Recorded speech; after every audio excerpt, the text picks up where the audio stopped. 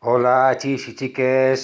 Mireu, això és un exemple del xoc que vos he enviat en el document per a poder treballar els continguts de bàsquet. És una nova forma diferent als Kahoots, val? Que jo pense que també pot ser divertida perquè teniu pistes, enllaços, vídeos, etc. Val? Aleshores és molt fàcil. Mireu, la pantalla d'abans per a poder accedir a esta vos diu que simplement fiqueu el vostre nom i el vostre curs. Ja està, igual exactament que fiqueu en el Kahoot.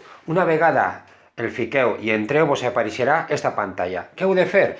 Molt bé, doncs començar per el número 1.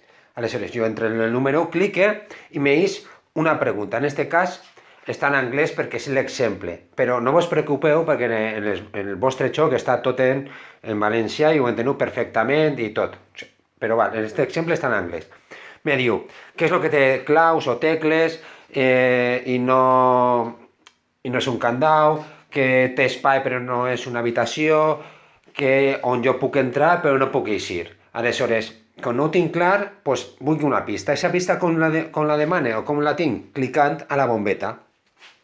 ¿Vale? Així me diu, ¿estàs segur de que vols una pista? Pues sí, seguríssim. I li dono. Aleshores m'eix una imatge. En aquest cas és un teclat. Com està en anglès, teclat pues no m'ho deixarà com a resposta. Per tant, ho ficaré en anglès. I escric. Perdó. Molt bé. Aleshores, li dono la clau, exacte, i me deixa entrar. Mireu que dalt a l'esquerra n'hi ha un circulet i una fletxeta, que és tirar cap arrere. Torne a clicar i ja m'apareix la pantalla una altra vegada de nou, la d'inici. Li clic al número 2. Val? Així me diu, quants triangles n'hi ha en este dibuix? Vaig a fallar, d'acord? Per a que pugueu veure què és el que passa quan falle, i és que vaig a donar-li 2. Li doné la clau, haveu vist? I no me deixa. Per tant, vaig a fer-lo millor, vaig a fixar-me i me dono compte que és 1, 2, 3 triangles. Li dono la clau i sí que em deixa.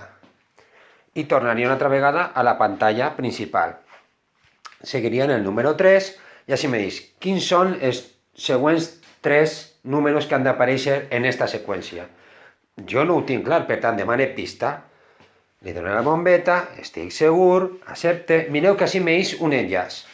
El que hem de fer és clicar a l'enllaç i m'eixirà, en aquest cas és una pàgina de Wikipedia on he de trobar la pista o la solució a la pregunta. En aquest cas la tinc ahí i me diu, mireu, que és una seqüència de Fibonacci que se diu, i els pròxims 3 números serien el 5, el 8 i el 13. Per tant, tornaria a la pàgina del xoc i contestaria 5, 8, 13 i li donaria la clau. Perfecte. Val? Aleshores ja estaria obert i tornaria a la pàgina principal. Així fins que acabarà el xoc. Quan dic acabarà el xoc és que és molt important que acabeu el xoc. Per què ho dic?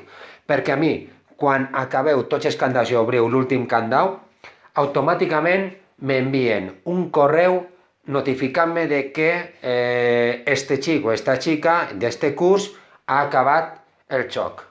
Val? Per tant, si ho deixeu a meitat, jo no puc saber si realment haveu jugat o no haveu jugat. Per tant, és molt important per a que a mi se me notifique que haveu jugat i que heu acabat el joc, o sigui, que ho acabeu fins al final. Si ho deixeu, no se pot gravar.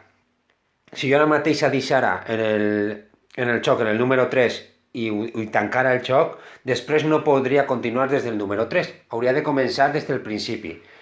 Tampoc seria super dur perquè és veritat que ja sé les respostes, seria simplement ficar les respostes i anar passant fins que en la que m'he quedat, però sí que és veritat que és un poc més d'engorro, simplement, val?